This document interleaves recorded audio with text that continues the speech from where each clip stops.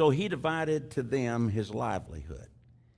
And not many days after, the younger son gathered all together and journeyed to a far country, and there wasted his possessions with prodigal living.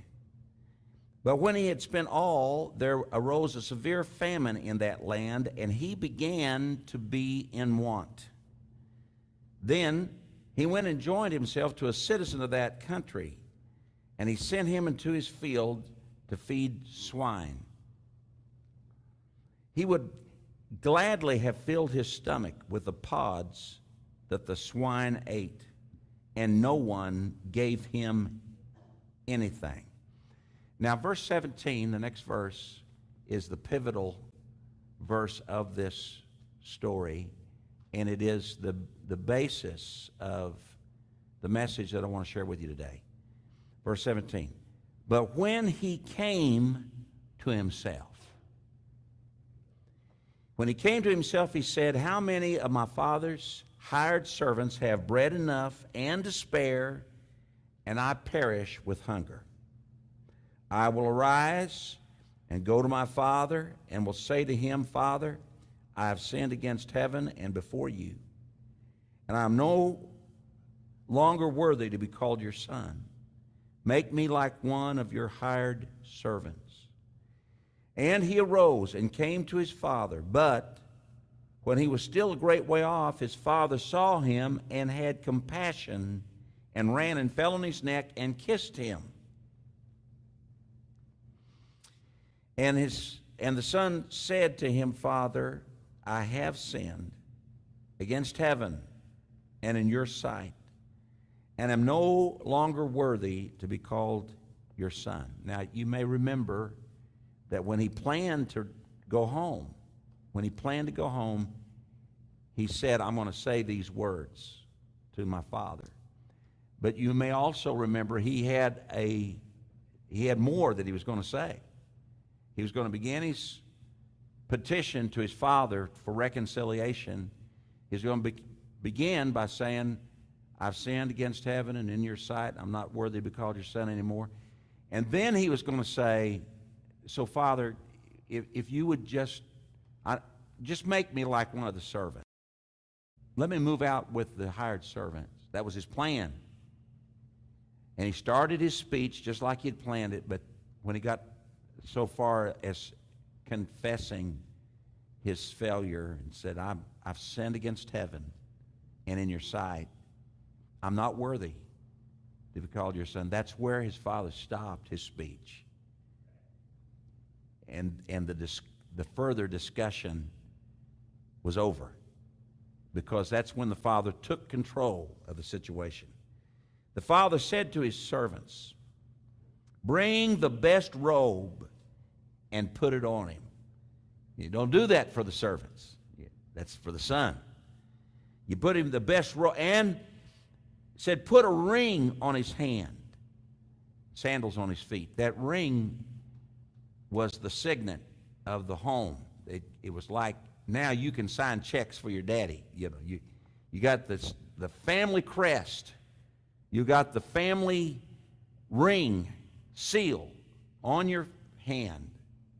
And so I want you to bring the fatted calf here and kill it, and let us eat and be merry.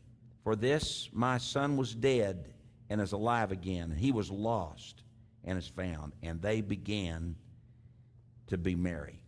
See, now, I thought about this and what I was getting ready to say to you right now, and I thought, it might sound like you're kidding when you say this. And so I want you to know what I'm getting ready to say to you is one of the most serious things I'm going to tell you in this message today. This young man lost his mind. This young man became a lunatic. He was crazy. And you say, is that an exaggeration, a hyperbole? No, it was absolutely the absolute truth. This young man took complete leave of his senses. When he was living at home, he had things going his way, things were right, but he absolutely lost mind. And I'd say something else, and again, now this may be a little bit more tongue-in-cheek when I say that This younger brother was perhaps the world's first millennial. He was about 2,000 years ahead of his time. When he felt this sense of entitlement, I'm a son around this place. And everything that the father has in that estate, when he passes off the scene, half of this is all mine. I want mine now. I'm entitled. You know, that was his opinion. He had lost his mind. He asked for something that is ridiculous. This is ridiculous. When he said, you know what? I want my inheritance now. I know I got it coming. You're going to give it to me when you pass from the scene, but I don't want to wait. I want now.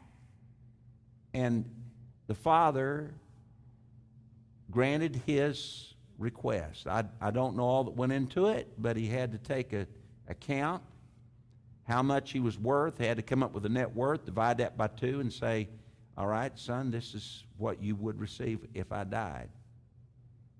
And the younger son took it all, took his father's possessions while his father was yet alive. That was crazy. And the second thing he did that shows that he really lost his mind was he left home. Now, I'm not saying that he was crazy to leave the house, go get his own place, but he left. He didn't just move across town. He moved into a far country. He decided, you know, maybe I want to live in South France, or I want to move to the Bahamas. I thought that you all didn't know this because no one paid attention. When Thomas Magnum re-enlisted into the Navy, and that series, Magnum P.I., became history, most of you don't know anything that happened to Tom Selleck until he and his family took over the police force in New York City. Some of you didn't even know that Tom Selleck and his family had taken over the police force in New York City. They talk about that show, Blue Bloods, and someone say something about what Reagan said, Commissioner Reagan. I said, who's Commissioner Reagan? I said, that's Magnum. I was raised becoming buddies with Magnum. I never really liked his drinking those long-neck beers all the time, but other than that, he and I were close. And but I'll tell you what you did not know about him, perhaps, that when the show was finished, he had spent 9 years being a private investigator. I mean, you know, they're playing this role. A private investigator in Hawaii. I want to tell you what, I don't know enough to be an investigator, but if I was going to be a private investigator, Hawaii is where I would like to investigate. And I want to live in Robin Masters' estate. And I want to drive Robin Masters' car. And many, many, many, many nights I have been in that role as I slept. That red Ferrari roaring down Highway 1, Interstate 1. This is a different subject. I don't know why I did this, but I can't get off of this now. I got to say, would someone explain to me how there is an interstate highway in Hawaii?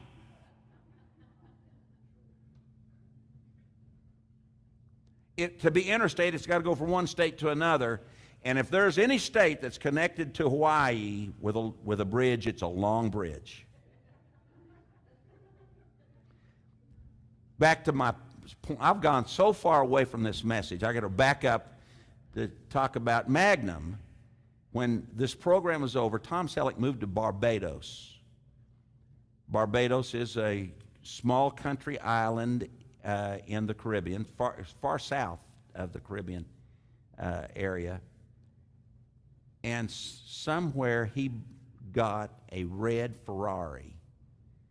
And for years, because no one in Barbados knew anything much about Magnum, for years he drove around in that red Ferrari wearing white shorts and a Aloha shirt. He could not quit being Magnum. Who could blame him? Okay, well, he moved to a far country where he was forgotten and unknown. This prodigal son did exactly that. He was not accountable to anybody. He did not have to explain his standard of living. He did not have to live up to anyone's expectations for his morality. I don't know where they got the idea. As far as we know, there was complete isolation between the prodigal and his family the whole time he was gone. But his brother reported that he had been living with harlots the whole time that he had been in that far country. I don't know if that was true or not, but that's what the family believed his lifestyle had become.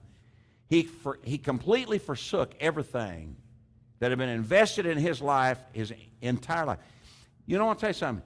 If you were raised, some people, I don't mean to take this lightly. Some people were not raised. Some people just got older and grew up. But if you were raised, somebody invested in you. I was raised.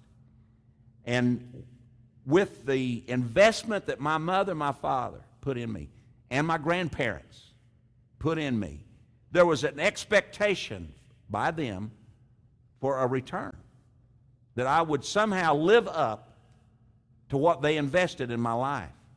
And so it was about this prodigal son. His father cared for him, and he raised him. He didn't just let him get older, but he raised him and tried to put values and morality in him, and had the conception that his life was going to mean something. He was going to do something productive with his life. Instead, he went to a far country when he didn't have to answer to any of that. See, he thought he was just going to a place where he could, chill out and have a good time and enjoy everything that his father had gained. But what he really did was he checked out of the opportunity to making his life significant and count for something. And then, now I want to tell you, this is crazy. This young man was crazy. Every one of you here today have some assets.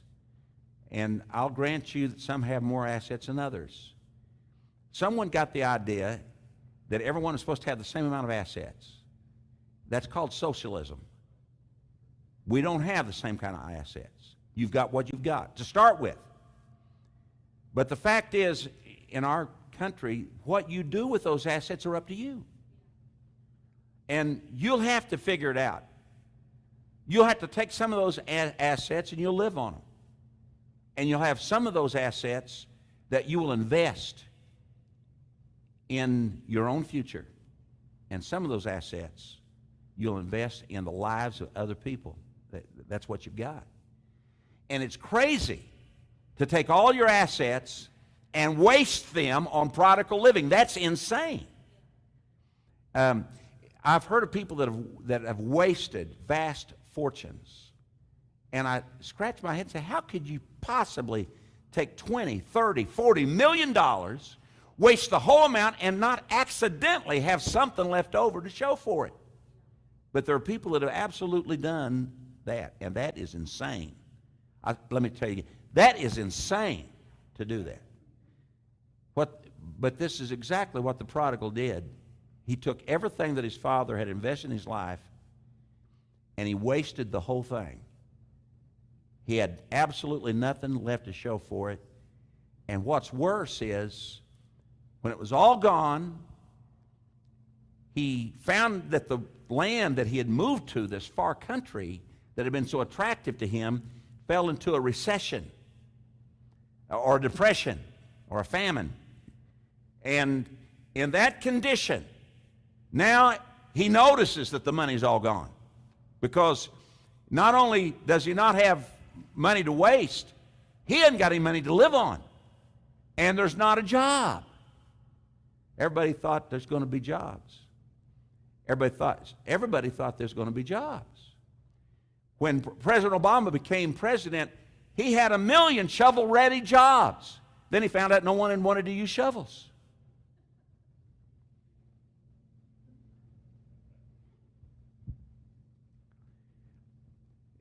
We have a presidential candidate now that tells us that he's going to give this country jobs.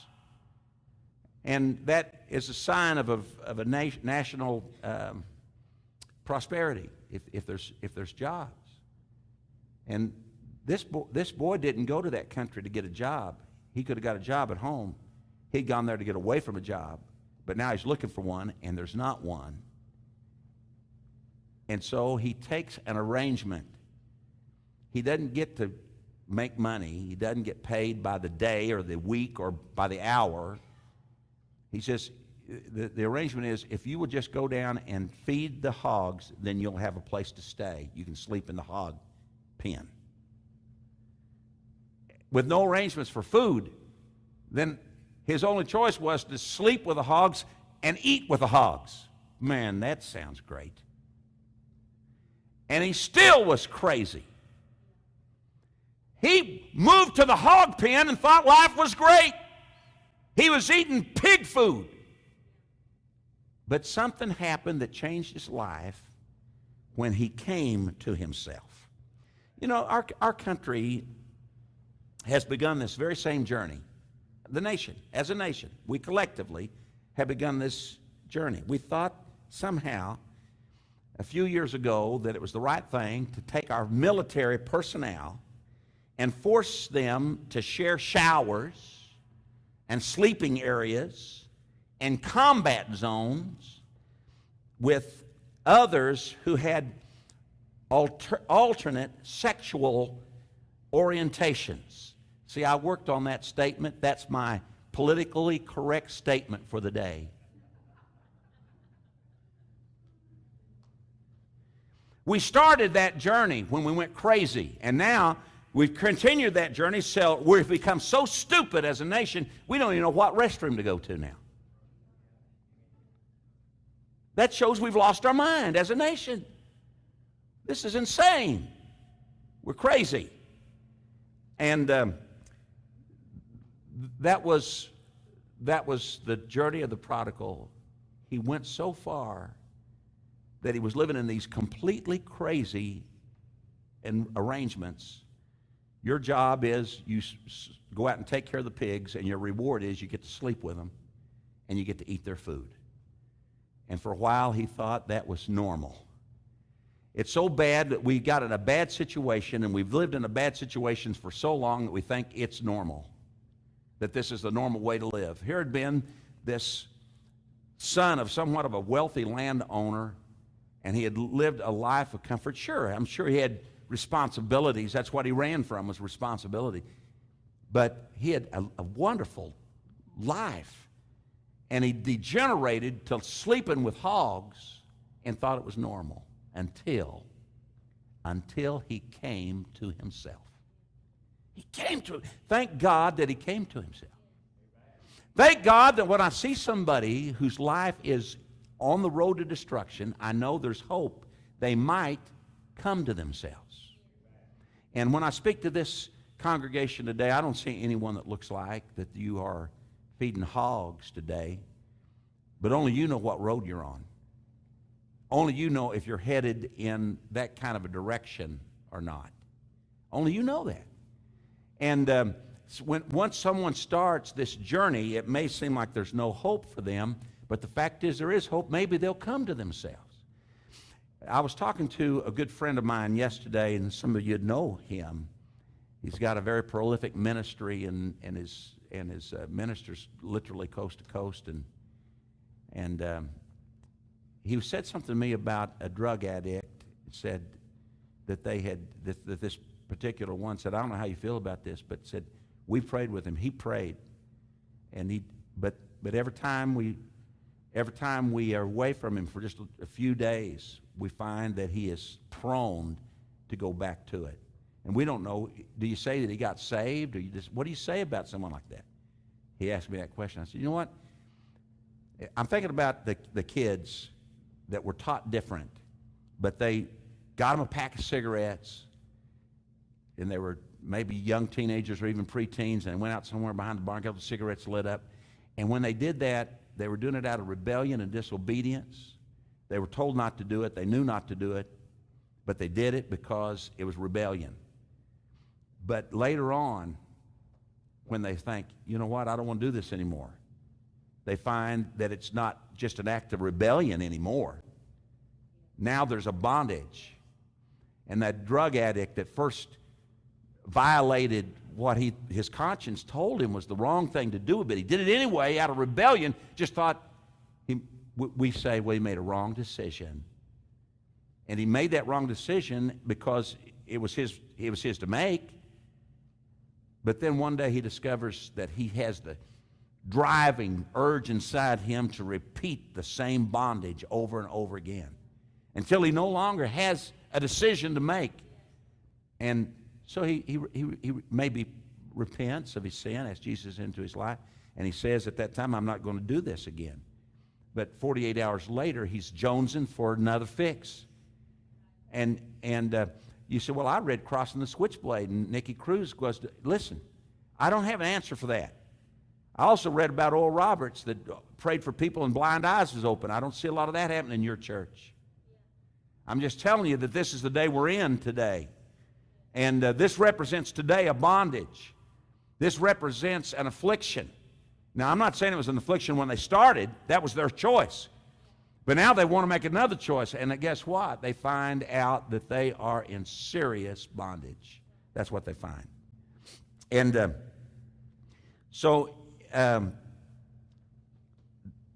the people that cared most for this prodigal were the ones that paid the most severe price. And he was separated from them because of the decision that he made.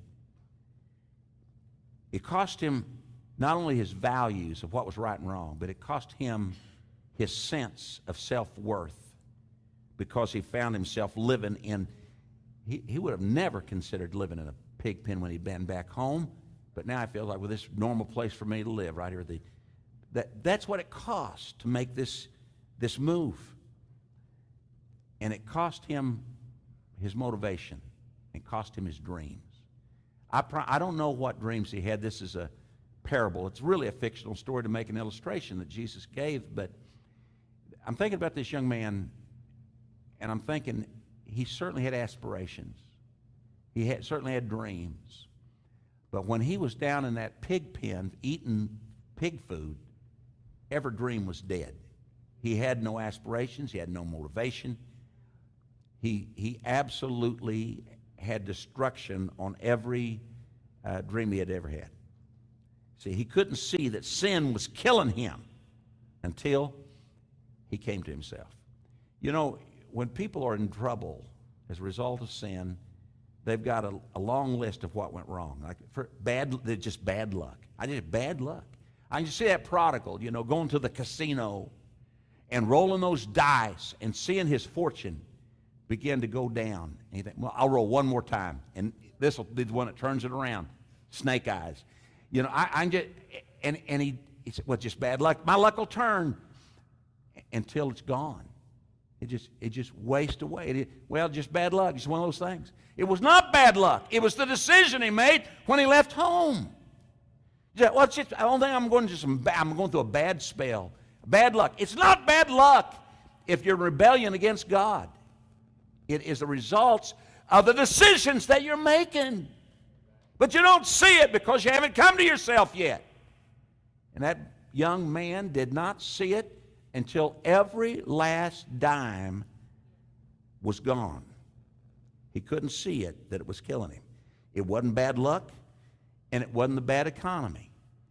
And I realize that we go through fluctuations of the economy.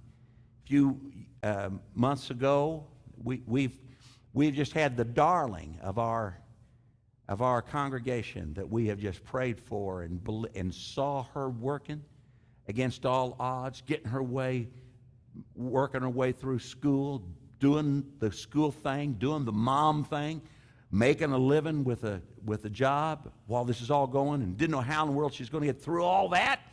She comes to the end. She's about to graduate, go for a teaching certificate, and then we get an announcement that all the schools are laying teachers off by dozens. And then our girl goes for interview, and in times when they're laying teachers off by the score, she just gets a job. And we say praise God. The hand of blessing leaves him when he says, I'm going the wrong direction. The hand of blessing of God supersedes the direction of the economy. And so he said, well, it's a bad economy. My problem is I've been eating this bad food. And what it was a bad decision that he'd made until he finally came to himself. You know what? The other thing is he could not see his father. He didn't see what sin cost. He didn't see that it was actually killing him. And third thing was he couldn't even see his father because he moved too far away. He'd forgotten what his father was like. He forgot what it was like to live under the protection of his father that had built a wall, a hedge of safety. He forgot what it was like to know that there was somebody in charge of the decisions in his life. He forgot what it was like to have an overseer that was looking out for his business. See, that's what it's like when someone takes their life out of the care of God and says, I'll just handle it from here. He forgot what it was like to know that the Father had everything in his life planned for and accounted for. And to be in the safety of the care of a loving Father. He forgot what it was like. He thought that his father would be vindictive. What, you left me and now you want to come back crawling and sniveling?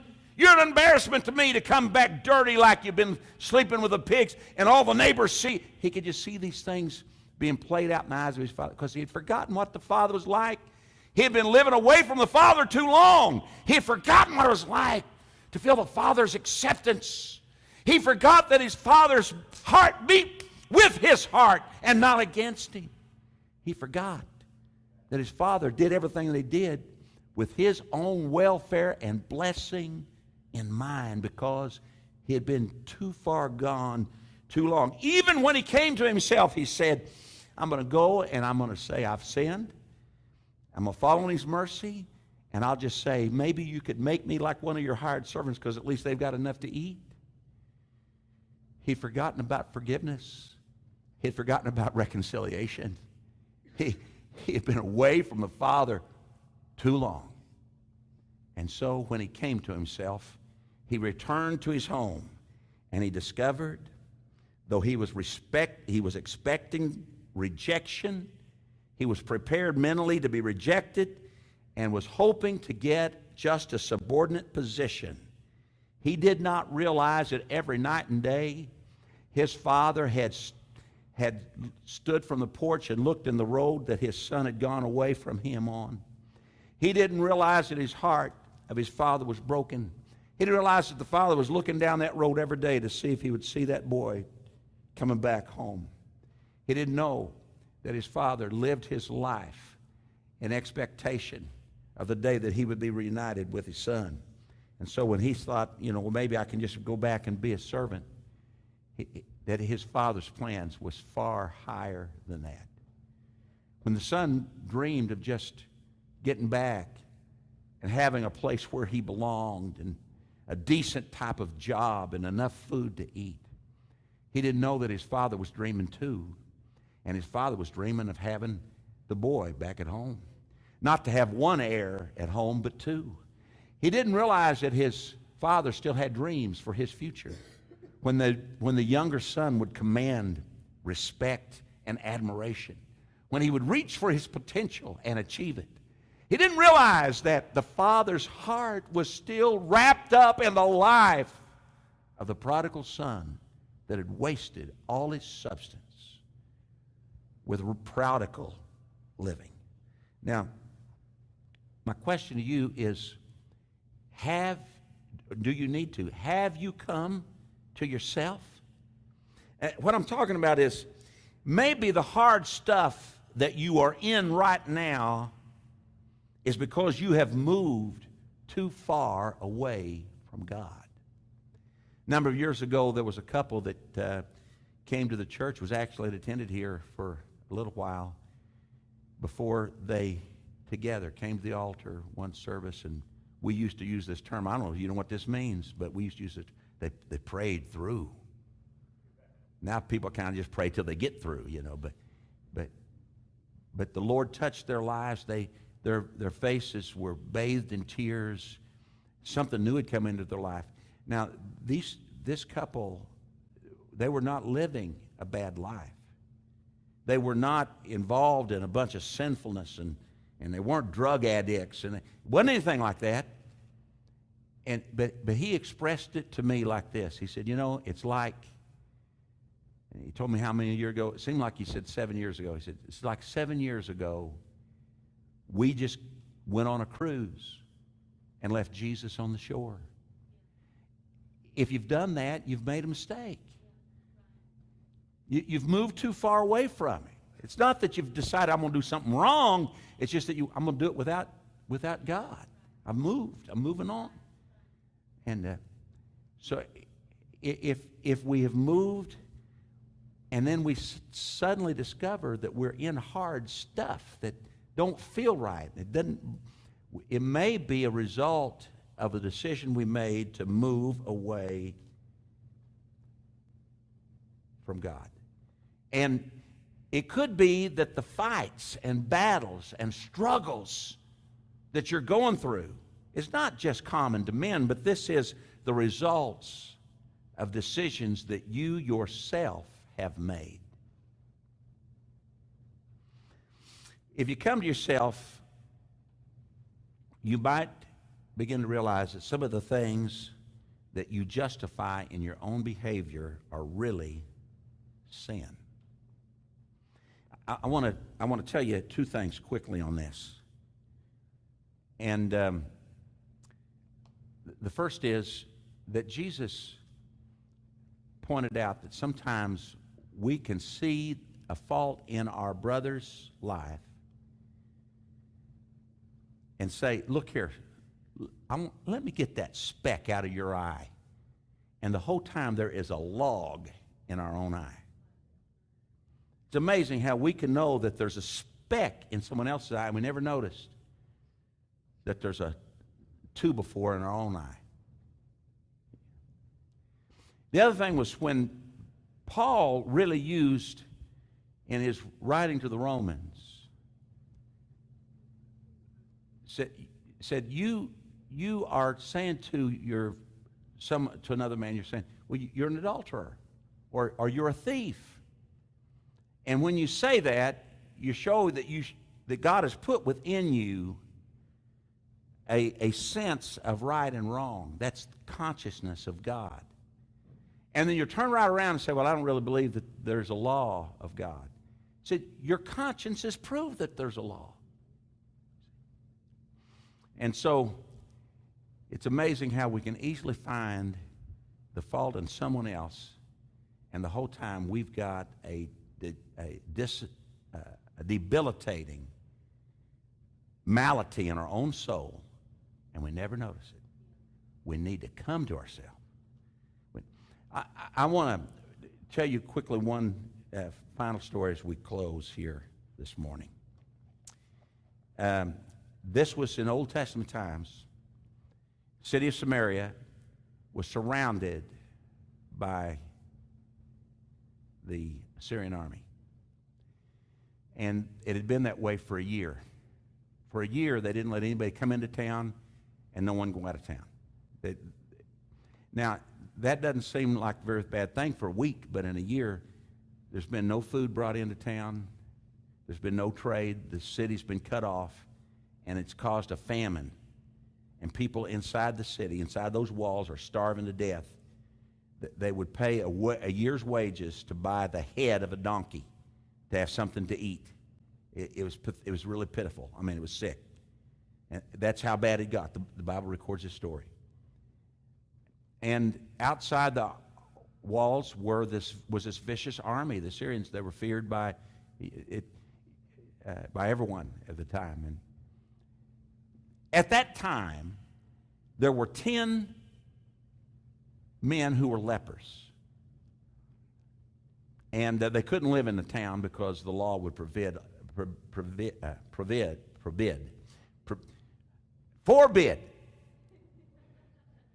I thought someone was going to have to show me, like a teleprompter or something. Anyway, they were forbid to come into town because of their disease. And to go out of town meant you'd have to confront this army that was killing everybody. And so they sat there in the gate, and they had this discussion. And they said, you know what? If we go into town, they're going to kill us because we're lepers. They won't let lepers come into town. They'll stone us to death. And if we go out to the armies of the Assyrians, they may kill us too. Or they may not. Maybe they won't. Maybe they will. Maybe they won't. If we stay here, we're going to die. If we go into the city, we're going to die. If we go out to the army of the Syrians, we might die or we might not. So it seems like the only possibility that we had to maybe survive would be to go out to the army and just see what happens. If they kill us, they'll die. If we stay here, we're going to die for sure. So let's go. Now, this story I just told you was a side story. The front story was that God had spoken to the prophet and said, the siege is over, I'm going to bring deliverance, and where all this hunger and famine has been in the city, it's going to be replaced with a time of plenty, and the word of the Lord has spoken it. And the prophet gave the word to the king, and a false prophet said, that'll never happen, that's ridiculous. And so the true prophet of God said, you know what? It will happen, and this is going to be the proof that it's really from God. You're going to see it happen, but you're never going to eat of the blessing. Now, that all happened. So here goes these 10 lepers. They're kind of walking up the hill where the army's camped. And I imagine they're getting a little bit antsy about how these people are going to receive us. And so about every 2 steps, they look around to see if anyone's coming to get them. And they get up to where the tents are being are built, set up. And they just keep walking into that tent city, that camp, waiting for the people to come out with the spears and stuff. But they never come. And when they get to the tents, these lepers discover that the whole army has evacuated. There's not a soldier left. Oh, there are they're not empty tents, empty of people, but they're full. It's supply tents. They got thousands and thousands of bushels of wheat. They've got, not only do they have plenty of food, but there was gold and resources in those tents. And, I can just see those 10 lepers kind of pinching each other to say, are we awake? Is this real? Well, they decided it was real, so they went to the first tent, and they looted it all. They've been broke. They've been paupers. They've been lepers for years. Now they're rich. And they take all that, and they go hide it. And then they come back for another load. They empty the second tent, same thing, go. And after they get to the third tent, they think, you know what? We better go tell the people in town about this. They're all starving to death in there. And we've got 2 tents full already. What I'm telling you is, think about this decision that they made. The exact thing happened that the prophet said. They went and told the people in town, hey, the army's gone. Their camp's still there, but they're gone. And they went out and discovered it was just like that. And so the city of Samaria looted the camp. And there was plenty of wealth, plenty of food, gold and silver that they shared.